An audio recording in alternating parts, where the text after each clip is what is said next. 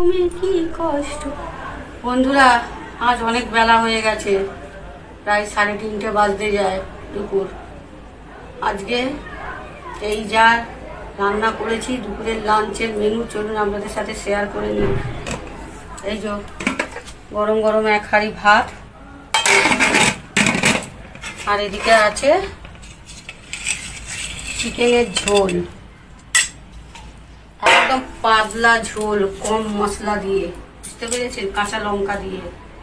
এটা কালকে করার কথা ছিল, কিন্তু কালকে বার্থডে বয় আসেনি, করিনি। ওই জন্যে মানে আসেনি বলাটা ভুল, সন্ধ্যায় এসছে তিনি, ওই যা থোর পুর যা ছিল ওই দিয়ে খেয়েছে বলে এইটা। তাই আজকে চিকেন ছিল ঘরে, চিকেনের ঝোল আর ভাত করেছি। আর উনি তো আজকে আমার অনেক কাজ ছিল, সেসব কাজটা সেরে, আর তিনি এখনো মিষ্টি দই নিয়ে আসছেন।